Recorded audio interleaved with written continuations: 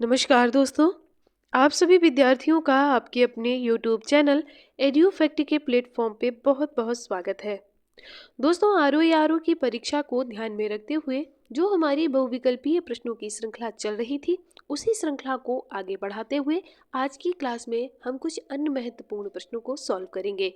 तो आइए देखते हैं कि आज की क्लास में कौन से महत्वपूर्ण प्रश्नों को शामिल किया गया है जो कि हमारी परीक्षा की दृष्टि से महत्वपूर्ण है।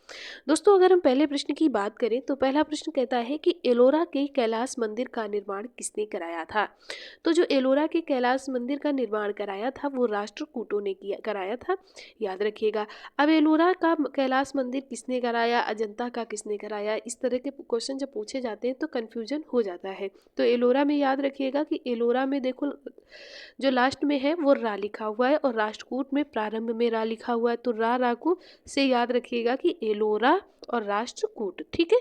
तो दोनों से याद रखिएगा कि ऐसे एलोरा मंदिर का जो निर्माण करवाया था वो राष्ट्रकूटों ने करवाया था। एलोरा के प्रसिद्ध कैलाश मंदिर का निर्माण राष्ट्रकूट शासक कृष्ण प्रथम ने कराया था। यह शैलकृत स्थापत्य का अद्वितीय नमूना है और यह द्रविड़ शैली में स्थापित प्रतिमानों पर आधारित है, यानी इसकी जो शैली है वो द्रविड़ शैली है। अगला प्रश्न है, अलबरूनी भारत आया था, कब आया था। तो ये 11वीं शताब्दी में आया था। किसके साथ आया था। तो ये महमूद गजनवी के साथ भारत आया था और इसकी एक प्रसिद्ध पुस्तक है किताबुल हिंद, जिससे कि तत्कालीन इतिहास जानने की जानकारी मिलती है, यानी जानने का एक महत्वपूर्ण स्रोत है कौन, किताबुल हिंद।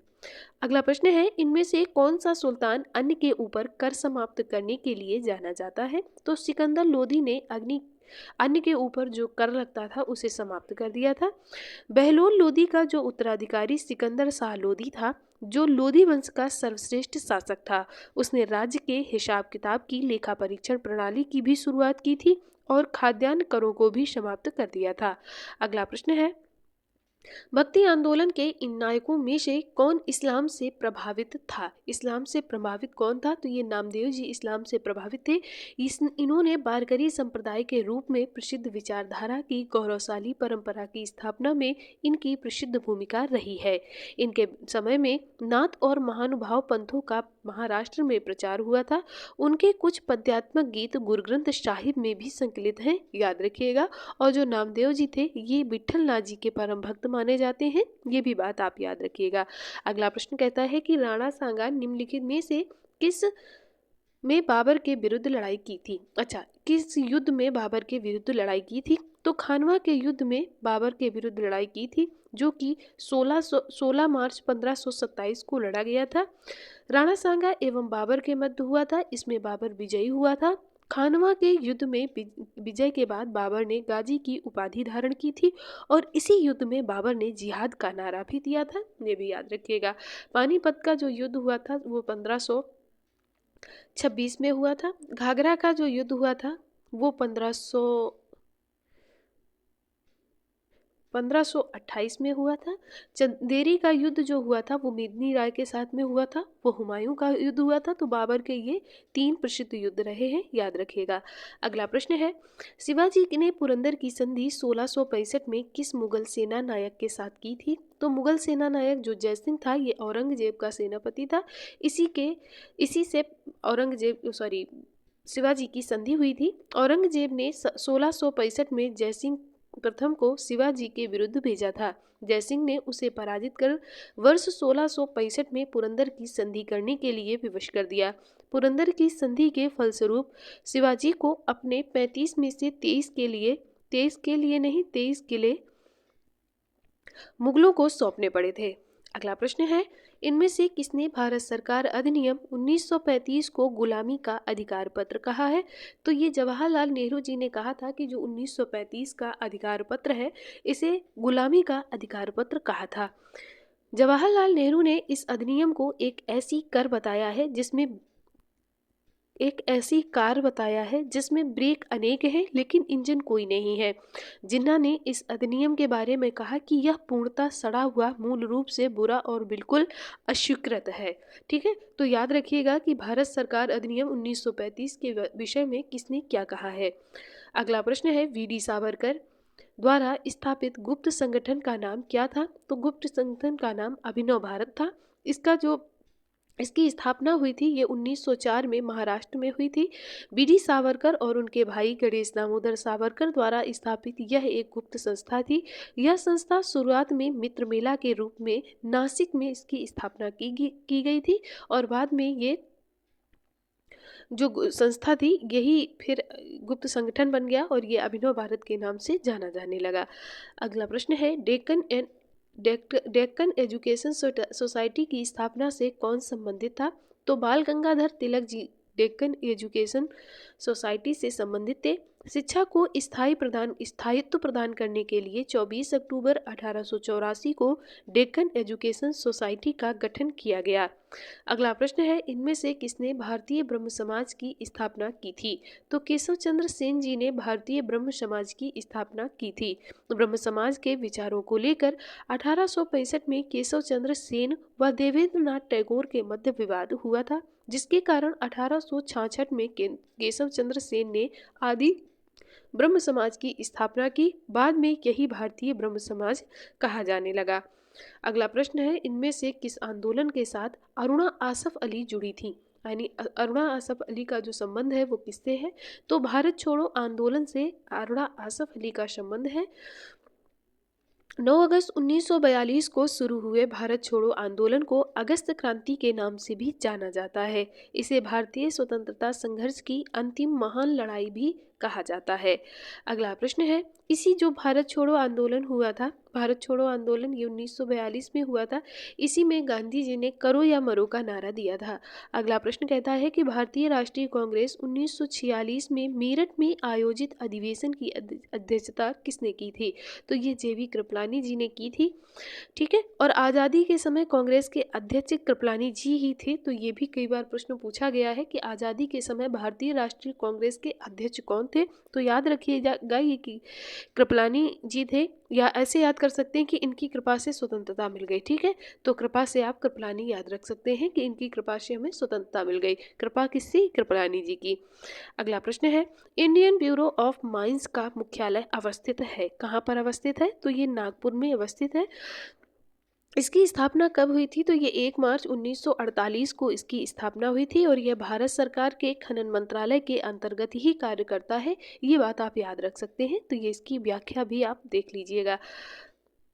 अगला प्रश्न है, इनमें से कहाँ तेल शोधक कारखाना नहीं है? तो कोयानी में भी है, नूनामाटी में भी और बरौनिया में है, लेकिन हटिया में नहीं है। ठीक है, देश में कुल 23 रिफाइनरी की स्थापना की गई थी, जिसमें 18 सार्वजनिक क्षेत्र की हैं, 2 संयुक्त उपक्रम के तहत हैं और 3 निजी क्षेत्र के द्वारा स्थापित की गई थी। तो ये 23 रिफाइनरी जो है वो आप याद रखिएगा।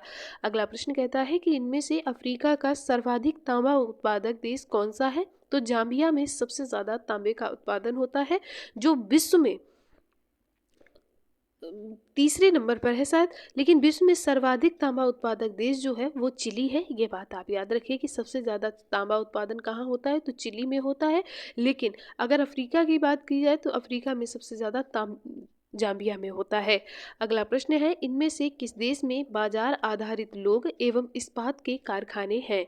लोग नहीं है, यहाँ पर लौ है, लौह एवं इस्पात के कारखाने हैं। तो ये जापान में है। देश की मांग के अनुरूप कच्चे लोहे का उत्पादन नहीं होने के कारण जापान को इसका आयात करना पड़ता है। अगला प्रश्न है, किस देश में उसके भौगोलिक क्षेत्र का सर्वाधिक प्रतिशत वनाच्छादित है? तो जापान में जो सर्वाधिक क्षेत्र है वो वनाच्छादित है। जापान में उसके भौगोलिक क्षेत्र का सर्वाधिक 67% वनाच्छादित क्षेत्र है, जबकि भारत में 24.62% है। ये दोनों चीज़ें आप याद रखिए। भारत का जरूर याद रखिए, मान लो जापान का ना भी पूछा गया तो भारत का तो पूछ ही सकते हैं। तो भारत का याद रखिएगा कि 24.62% हिस्सा कवर करता है। 2011 की जनगणना के अनुसार भारत की जनसंख्या कितने प्रतिशत उत्तर प्रदेश में निवास करती है? तो ये 16.50% उत्तर प्रदेश में जनसंख्या निवास करती है। अगला प्रश्न है, भारतीय संविधान के अंतर्गत कौन सा अनुच्छेद कारखाने में बालकों के नियोजन का प्रतिशत करता है? तो ये 24 करता है। अनुच्छेद 19 जो है ये वाक एवं अभिव्यक्ति की स्वतंत्रता प्रदान करता है। ये अनुच्छेद 17 अस्पृश्यता का अंत करता है। और जो अनुच्छेद 24 है ये बालकों को कारखाने में जो आप छोटे बच्चे होते हैं उन्हें आप कारखाने में या कहीं पर ऐसी जगह जहाँ उनकी स्वास्थ्य के लिए उनके सेहत के लिए खत खतरा हो, वहाँ पर आप उन्हें काम में नहीं लगा सकते हैं, तो ये याद रखिएगा। संविधान के अनुच्छेद 24 के अनुसार 14 वर्ष से कम आयु वाले किसी बच्चे को कारखाने या अन्य किसी जोखिम भरे काम पर नियुक्त नहीं किया जा सकता। संविधान के अनुच्छेद 23 के अनुसार बलात्श्रम पर निषेध है। बलात्श्रम यानी आप किसी से भी बंधुआ मजदूरी नहीं करवा सकते। अगला प्रश्न है, इनमें से किस अनुच्छेद को B.R. अम्बेडकर द्वारा संविधान का हृदय एवं आत्मा कहा गया है? तो ये अनुच्छेद 32 है। अनुच्छेद 32 में मूल अधिकारों के संरक्षण के लिए संवैधानिक उपचारों का प्रावधान किया गया है और इसे B.R. अम्बेडकर ने संविधान की आत्मा कहा है। अगला प्रश्न है, सूचना का अधिकार है कैसा है? तो ये एक विधिक अधिकार है।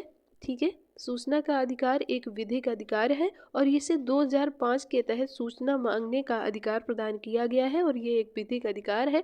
इसके जरिए आप किसी भी कार्यालय से जानकारी ले सकते हैं। बस वो सैनिकों से संबंधित ना हो और जो गुप्तचर विभाग है उनसे संबंधित ना हो, बाकी चीज़ों की आप जानकारी कर सकते हैं। बोलते हैं RTI। तो ये याद रखिएगा कि RTI कब लागू हुई? तो RTI 2005 में लागू हुआ और ये एक विधिक अधिकार है। अगला प्रश्न है, इनमें से किस द्वितीय पीढ़ी का मानव अधिकार समझ जाता है? तो ये है समता का अधिकार। इन्हें द्वितीय विश्व युद्ध के बाद सरकारों ने दूसरी पीढ़ी के मानव अधिकार के रूप में मान्यता दी थी। यह प्रत्येक नागरिक को समान स्थितियां और बर्ताव की गारंटी देते हैं। इन अधिकारों को लाल अधिकार भी कहा जाता है, तो ये याद रखिएगा। अगला प्रश्न कहता है कि इनमें से कौन प्रथम पीढ़ी का नागरिक अधिकार नहीं माना जाता है? तो ये राजनीतिक अधिकार जो है इसे प्रथम पीढ़ी का राजनीतिक अधिकार नहीं माना जाता है। प्रथम पीढ़ी के अधिकारों में नागरिक एवं राजनीतिक अधिकार शामिल हैं, जबकि तृतीय पीढ़ी के अधिकार में शांति, विकास, स्वच्छ पर्यावरण, खाद्य सुरक्षा जैसे अधिकारों को शामिल किया गया है।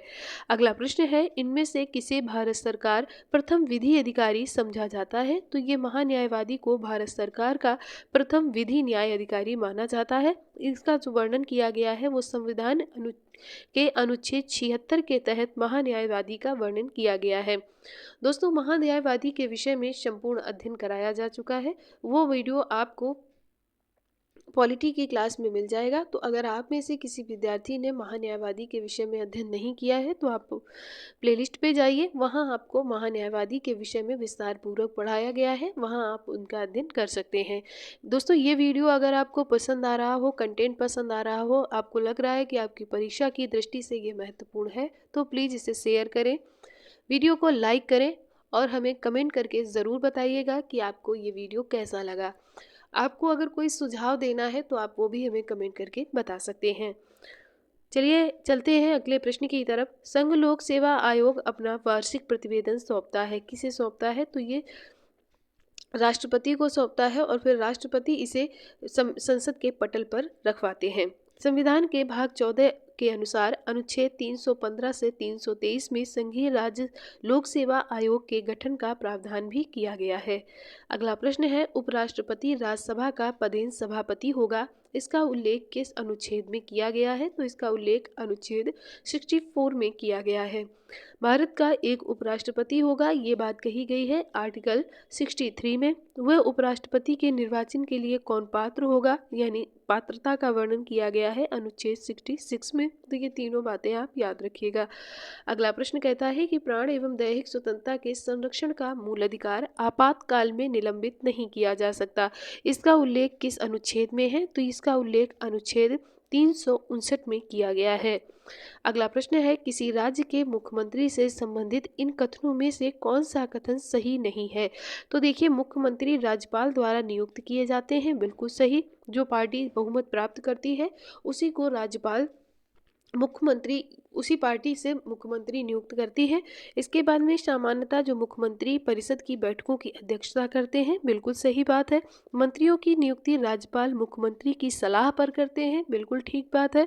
लेकिन राज्यपाल मुख्यमंत्री की सलाह पर अपने समस्त कृतियों का प्रयोग करते हैं, ये बात सही नहीं है। तो ये आपका राइट आंसर हो जाएगा। राज्यपाल के पास कुछ विवेकाधीन शक्तियां भी होती हैं, इसीलिए राज्यपाल समस्त कृत्य मुख्यमंत्री की सलाह पर नहीं करते हैं, वो कुछ कार्य स्वविवेक के अनुसार भी करते हैं। अब जैसे आप यही ले लीजिए कि मुख्यमंत्री की नियुक्ति है, तो ये इसमें मुख्यमंत्री की सलाह नहीं लगेगी, वो स्वविवेक के आधार पर ही करेंगे कि किस पार्टी को क्या बहुमत मिला है, उसी आधार पर मुख्यमंत्री की नियुक्ति की जाएगी। अगला प्रश्न है, कावेरी नदी के जल बंटवारे का विवाद किन राज्यों से संबंधित है? तो ये तमिलनाडु, कर्नाटक, केरल और पांडिचेरी से संबंधित है।